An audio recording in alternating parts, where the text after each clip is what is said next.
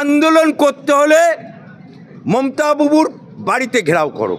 আন্দোলন করতে হলে তৃণমূলের মমতা ব্যানার্জি বলেছে না 294টা প্রার্থী কেউ না আমি, তাহলে 294টা প্রার্থী যেখানে যেখানে আছে সেই প্রার্থীদের বাড়ি ঘেরাও করো। আমি বলছি আইনি সাহায্য সব আমি দেবো। 13 জন তৃণমূলের প্রার্থী, 13 জন, কাজল শেখ থেকে শুরু করে তাদের নাম ছিল না, এসআরে বাদ গেছিল।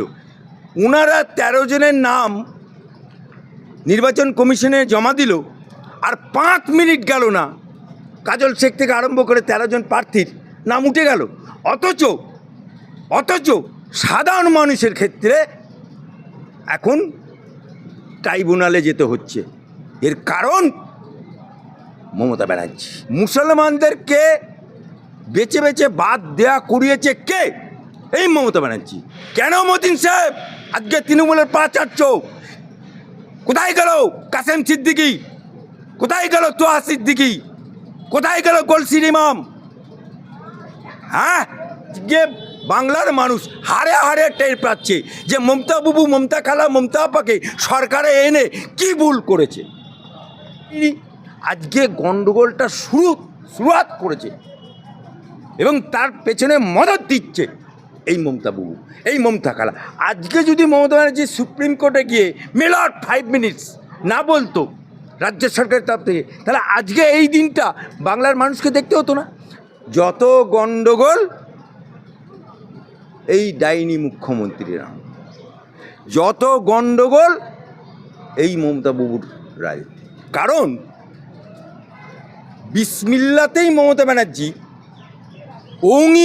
মমতা ব্যানার্জি বলে দিয়েছে আমি স্যার হতে দেবো না বেঁচে থাকতে, অর্থাৎ বিসমিল্লাতে গলত করে দিল। আজকে যাদের নাম বাদ গেছে এর জন্য দায়ী কে? এর জন্য কি দায়ী মোদি? না এর জন্য দায়ী নির্বাচন কমিশন জ্ঞানেশ কুমার? না এর জন্য দায়ী অন্য কেউ? 11টা রাজ্যে তো এসআর হয়েছে, সেখানে তো কোনো গণ্ডগোল হয়নি। 11টা রাজ্যে তো বিরোধী দল ছিল, সেখানে তো গণ্ডগোল হয়নি।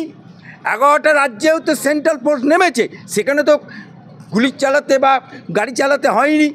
আজকে গণ্ডগোলটা শুরুয়াত করেছে এবং তার পেছনে মদত দিচ্ছে এই মমতা বাবু, এই মমতা খালা। আজকে যদি মমতা ব্যানার্জি সুপ্রিম কোর্টে গিয়ে মেলট 5 মিনিটস না বলতো রাজ্য সরকারের তরফ থেকে, তাহলে আজকে এই দিনটা বাংলার মানুষকে দেখতে হতো না। আবার ফাটা বাসে মমতা ব্যানার্জির মাথা আটকে গেছে, কারণ যাদের নাম বাদ গেছে এটা মমতা ব্যানার্জি করিয়েছে। কারণ বিএলওরও যারা ছিল তারা উড়িষ্যা থেকে আসেনি, তারা মোদির দিল্লি থেকে আসেনি, তারা রাজস্থান থেকে আসেনি, তারা যোগীর রাজ্য গুজরাট থেকে আসেনি, তারা এই বাংলার মানুষ, তারা এই বাংলার সরকারি কর্মচারী, যাদের তো তাদেরকে তুমি দিয়ে দিচ্ছ না, তারা করেছে। অর্থাৎ তোমার ইন্ধনে, তোমার কলকাঠিতে আজকে তা না হলে আপনি বলুন 13 জন তৃণমূলের প্রার্থী, 13 জন, কাজল শেখ থেকে শুরু করে তাদের নাম ছিল না, এসআরে বাদ গেছিল। ওনারা 13 জনের নাম নির্বাচন কমিশনে জমা দিল, আর 5 মিনিট গেল না কাজল শেখ থেকে আরম্ভ করে 13 জন প্রার্থীর নাম উঠে গেল। অথচ সাধারণ মানুষের ক্ষেত্রে এখন ট্রাইব্যুনালে যেতে হচ্ছে। এর কারণ মমতা ব্যানার্জি, এই কারণ মমতার সরকার, এর কারণ এই ডাইনি মুখ্যমন্ত্রী, এর কারণ এই অভিষেক ব্যানার্জি। কারণ আজকে মুসলমানদেরকে বেছে বেছে বাদ দেয়া করিয়েছে কে? এই মমতা ব্যানার্জি। আজকে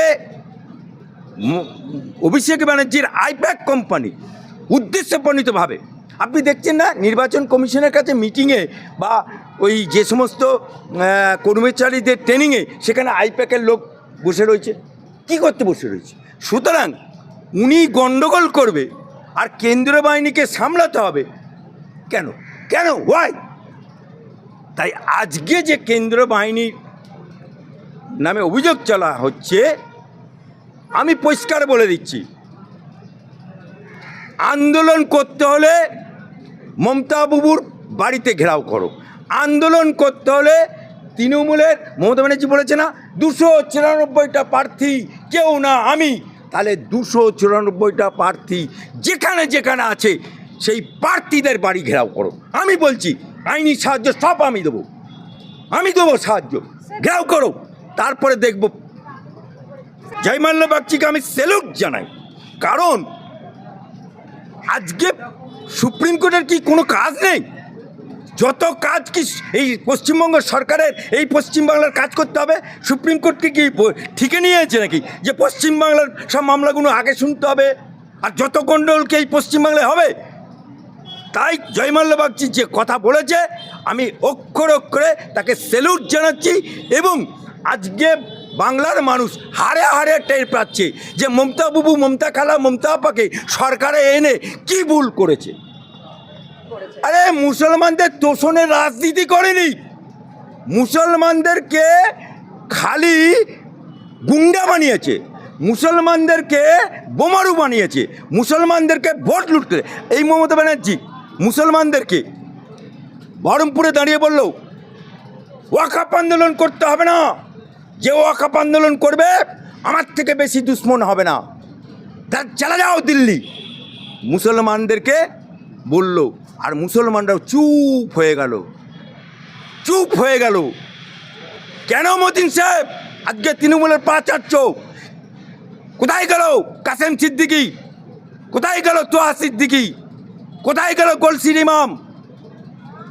হ্যাঁ, আজকে ওয়াকফ 5 মাস পরে বলল दिल्ली सरकार, भाजपा सरकार, मोदी सरकार वक़्फ़ लेके जो कानून बनाया मैं मान लेता हूँ। पश्चिम बांग्लाয় ओबीसी সার্টিফিকেট বললাম মুসলমানদের 99% করে দিচ্ছি। আরে মুসলমানদের কি ওবিসি হয়? হ্যাঁ, মুসলমানরা কি মুচি মেথর আছে যারা কলমা পড়নেওয়ালা, লা ইলাহা ইল্লাল্লাহ মুহাম্মাদুর রাসূলুল্লাহ বলনেওয়ালা, তাদের মধ্যে কোনো জাত নেই। মসজিদে যখন নামাজ পড়ে তখন কে সৈয়দ, কে শেখ, কে মল্লিক, কে বড়লোক, কে আমির, কে ফকির কোনো দেখা হয় না, একভাবে নামাজ পড়ায়। দিস ইজ দ্য সাম্যবাদ, আমার নবী বলে গেছে।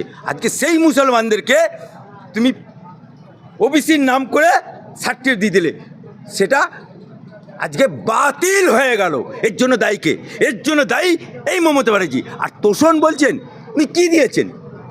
সরকারি চাকরি দিয়েছেন। আজকে মুসলমানদেরকে বিভিন্ন রাজ্যে, ধরুন মুর্শিদাবাদ জেলা, বীরভূম জেলা থেকে শুরু করে হুগলি, উত্তর 24 পরগনা, দক্ষিণ 24 পরগনা, মুসলমান ছেলেদেরকে সবেমাত্র বিয়ে করেছে, 15 দিন হয়নি, ঘরে সদ্য বিবাহিত বউকে রেখে মায়ের বুকে ভাত দিতে পারবে না বলে, পশ্চিমবাংলায় থেকে বউয়ের মুখে ভাত তুলে দিতে পারবে না বলে হাওড়া স্টেশনে ট্রেন ধরছে। কোথায় যাবে গো? কেরলে রাজমিস্ত্রির কাজ করতে। কোথায় যাবে গো? গুজরাটে সোনা পালিশের কাজ করতে।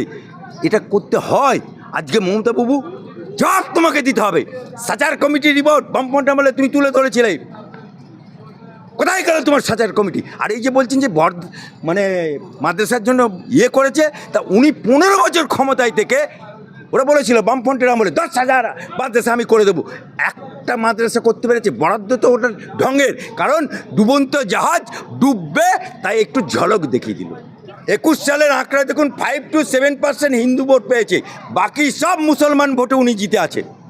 সেই মুসলমানদেরকে আজকে হুমায়ুন কবির একটা মসজিদ করব বলল, অমনি তাকে তালাক তালাক তালাক, মসজিদ করার জন্য তাকে তালাক। আরে মমতা বাবু, তুই কার টাকায় হুমায়ুন তো তার বাপের টাকায় করে বলেছিল, মুসলমানদের টাকায়, আর তুমি জনগণের টাকায় দুর্গাঙ্গন মন্দির করলে, মসজিদ ভেঙে দুর্গাঙ্গন মন্দির করলে। আরে বিজেপি তো মসজিদ ভাঙা দল, তুমি বলো জনগণ জানে, কিন্তু তুমি তো নিজে মসজিদ ভাঙলে এই নিউ টাউনের বুকে, সেখানে দুর্গাঙ্গন তৈরি করে দিলে। কার বাপের টাকা পেলে? তোমার বাপের টাকা জমা রেখে গেছে নবান্নে না কালীঘাটে? আজকে তুমি মহাকাল মন্দির করলে, কার বাপের টাকা পেলে? আজকে তুমি দীঘায় জগন্নাথ দেব মন্দির করলে, তোমাকে পুরীতে ঢুকতে দেয়নি বলে মন্দিরে, তুমি সেই ইচ্ছাকে পূরণ করার জন্য দীঘায় জগন্নাথ মন্দির করলে, কার বাপের টাকা পেলে? নাচনে কোদনে হেলেন পেয়েছো না? তাহলে সংখ্যালঘুদের নিয়ে শুধু রাজনীতি করে সংখ্যালঘুদেরকে বোমারু বানিয়েছে, সংখ্যালঘুদেরকে নিয়ে রাজনীতি করছে। তাই এইবার মমতা বাবুর ফাটা বাঁশে মাথা আটকে গেছে।